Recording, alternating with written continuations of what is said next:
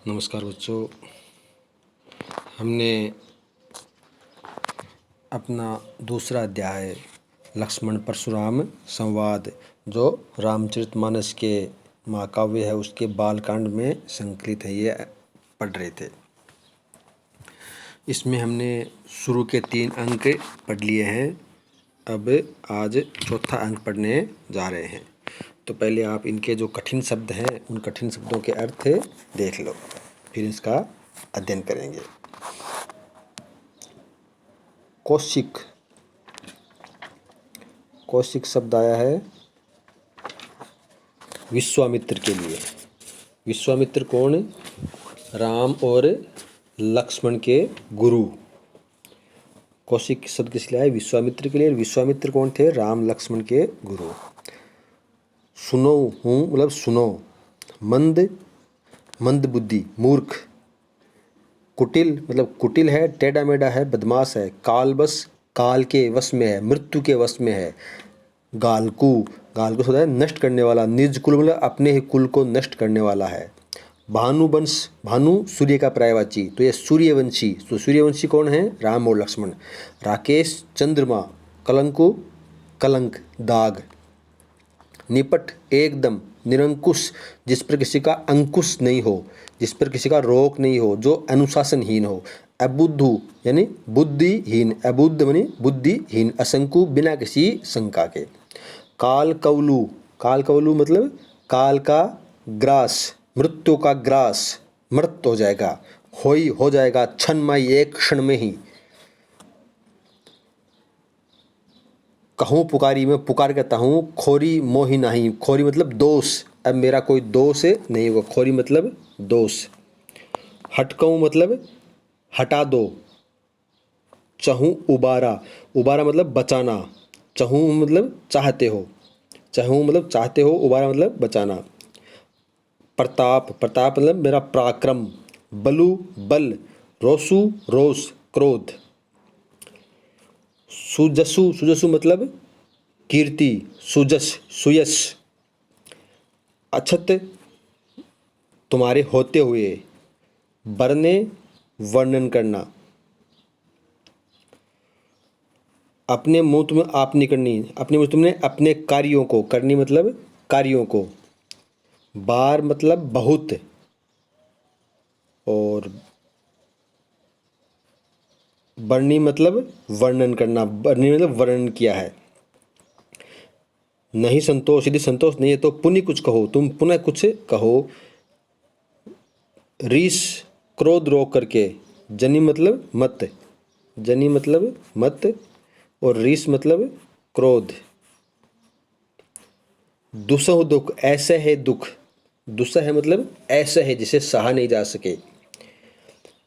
वीर व्रती यानी वीरों का व्रत का पालन करने वाले, वीरों के व्रत का पालन करने वाले।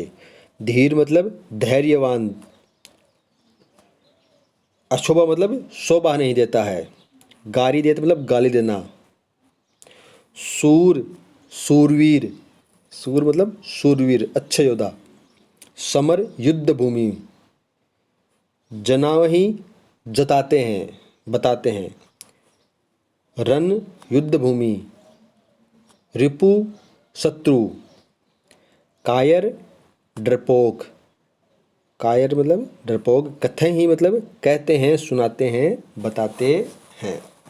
तो ये इनके शब्दार्थ हो गए हैं। अब देखो इनका सरलार्थ देखेंगे।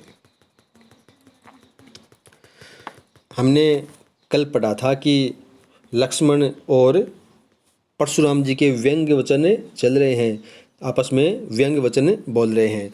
तो लक्ष्मण के व्यंग्य वचन सुन करके और परशुराम जी, अब देखो लक्ष्मण से वाद विवाद कर रहे थे, लेकिन लक्ष्मण उनके बस में आए नहीं, उनके सामने व्यंग्य वचन बोलने लगे। तो अब वे लक्ष्मण को न कह करके लक्ष्मण के गुरु विश्वामित्र को कह रहे हैं। वह तो उनके काबू में आया नहीं लक्ष्मण तो परशुराम जी के, तो अब उसके गुरु को बता रहे हैं। परशुराम जी क्या कह रहे हैं? कौशिक सुनहु मंद ये बालकु। हे कौशिक यानी हे विश्वामित्र, सुनो ये बालक मंद बुद्धि है। इतनी देर किससे बातें करते थे परशुराम जी? लक्ष्मण से।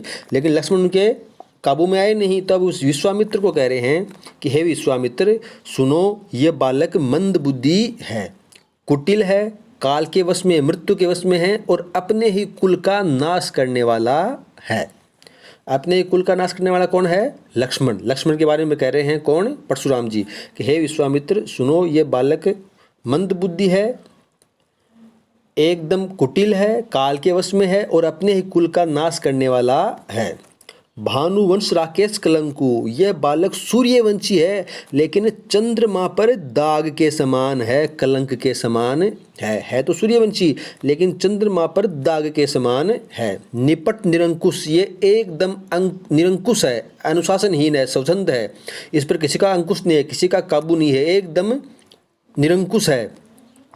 अबुद्ध, बुद्धिहीन, असंकु, बिना किसी शंका के ये बुद्धिहीन है। काल कवलु होई छनमाही, ये एक क्षण में ही मृत्यु का ग्रास हो जाएगा। काल कवलु होई छनमाही, यानी लक्ष्मण को एक साधारण बालक मात्र समझ रहे हैं कि एक क्षण में ही ये काल का कवलु, काल का ग्रास हो जाएगा। कहूँ पुकारी खोरी मोई नाई, मैं पुकार करके कहता हूँ अब मेरा कोई दोष नहीं होगा। खोरी मतलब दोष, इसमें मेरा कोई दोष नहीं है, ये एक क्षण में ही काल का ग्रास हो जाएगा। तुम हटकाऊं जो चाहूं उबारा, तुम यदि इसे बचाना चाहते हो, उबारना चाहते हो, बचाना चाहते हो तो यहाँ से हटा दो। जो मतलब यदि इसे बचाना चाहते हो तो यहाँ से हटा दो। कही प्रतापु बल्लु रोसु हमारा, क्या कह करके?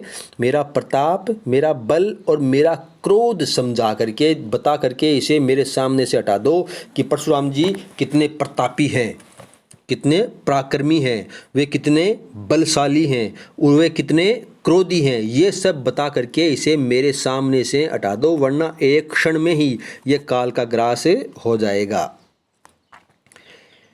लखन कहऊ मुनि सुजस तुम्हारा, तो ये बातें किसने कही? ये बातें विश्वामित्र से कही, लेकिन विश्वामित्र को कहते समय लक्ष्मण ने सुन करके लक्ष्मण उनको उत्तर दे रहे हैं। विश्वामित्र ने कुछ नहीं कहा, लक्ष्मण उनका फिर व्यंग्य वचनों में ही उत्तर दे रहे हैं। क्या कह रहे हैं? लखन कहऊ मुनि सुजस तुम्हारा, लखन ने कहा कि हे मुनि, तुम्हारा सुजस यानी तुम्हारा सुयस, तुम ही अक्षत को बढ़ने पारा, इसका वर्णन तुम ही अच्छी प्रकार से कर सकते हो, तुम ही समर्थ हो, इसका वर्णन करने में तुम ही समर्थ हो। क्योंकि ऊपर कहा ना, कही प्रताप बल रोष हमारा, कि हे विश्वामित्र इसे मेरा प्रताप, क्रोध और बल बता करके मेरे सामने से हटा दो। तो ये बात सुनकर के लक्ष्मण ने कहा, हे मुनि तुम्हारा सुयस, तुम ही अच्छी प्रकार से इसका वर्णन कर सकते हो। अपने मुँह तुम आप नहीं करनी, तुमने अपने ही मुँह से अपने कार्यों को, लक्ष्मण कह रहे हैं परशुराम से कि तुमने अपने ही मुँह से अपने कार्य को बार अनेक भांति बहुवर्णी, अनेक बार यानी कई बार और कई प्रकार से वर्णन कर दिया है। लक्ष्मण कह रहे हैं परशुराम को, तुमने अपने मुँह से अपने कार्यों को बार अनेक यानी कई बार और भांति बहु यानी कई प्रकार से, कई बार कहा है और कई तरीके से इसका वर्णन, वर्णी मतलब उसका वर्णन कर दिया है। क्योंकि आपने पढ़ा है ना, पहले भी परशुराम जी ने कहा था कि मैं इतने प्रतापी हूँ, मेरे बल से माताओं के गर्भ के बच्चे गिर जाते हैं, मैंने इस पृथ्वी को विजित करके और ब्राह्मणों को दान में दे दी हैं, इस पृथ्वी को राजाओं से विहीन कर दिया है। तो पहले भी परशुराम जी ने अपना वर्णन खूब किया है। तो इसलिए लक्ष्मण कह रहे हैं कि तुमने अपने मुँह से अपने कार्यों को अनेक बार और अनेक प्रकार से वर्णन कर दिया है। नहीं संतोषु तय पुण्य कुछ कहूँ, तुम्हें यदि अभी भी संतोष नहीं है तो पुनः कुछ कहो। जनी रिस रोकी दुसौ दुख सहो, तो रिस रोक करके, क्रोध रोक करके ऐसे ही दुख मत सहो। हे परशुराम जी, ये तुम्हें अभी भी संतोष नहीं है ना, तो पुनः कुछ कहो। तुमने अपने मुँह से अपने कार्यों को, अपने वर्णन अनेक बार से कर दिया है, लेकिन अभी भी तुम्हें संतोष नहीं है तो पुनः कुछ कहो और क्रोध रोक करके ऐसे ही दुख मत सहो। वीर बरती तुम धीर अछोबा, तुम क्या हो? वीरों का व्रत का पालन करने वाले हो, तुम धैर्यवान हो। अछोबा मतलब तुम क्रोध न करने वाले हो, तुम्हें गाली देना शोभा नहीं देता। लक्ष्मण कह रहे हैं कि तुम वीरवर्ती हो, वीर हो, धैर्यवान हो, तुम क्रोध न करने वाले हो, गाली देना तुम्हें शोभा नहीं देता।